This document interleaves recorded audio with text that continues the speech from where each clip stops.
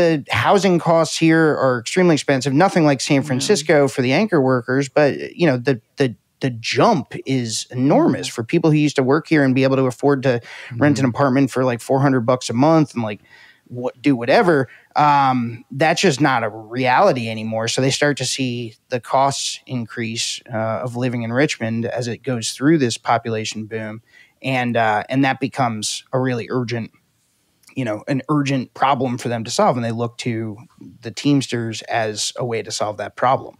And how does Sapporo take this when they start this union push?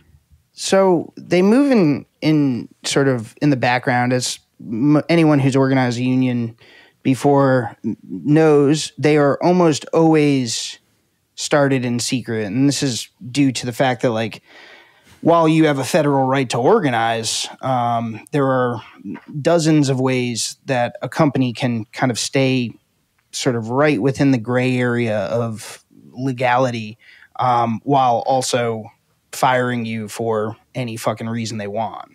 Dave, would you say, in your opinion as a journalist, that like a true G moves in silence? Sure. You need me to say that for the podcast, Brace? Brace has been tenting his fingers for 5 minutes waiting to come in as I have like shook my hand at him to be like, don't say it. I know what you're going to say. Would you just don't say it. Don't say it. Would you just say that as a journalist? Like, you can phrase it however you want, but would you say like a true G moves in silence? You can phrase that however you want, but would you say? Would you say that?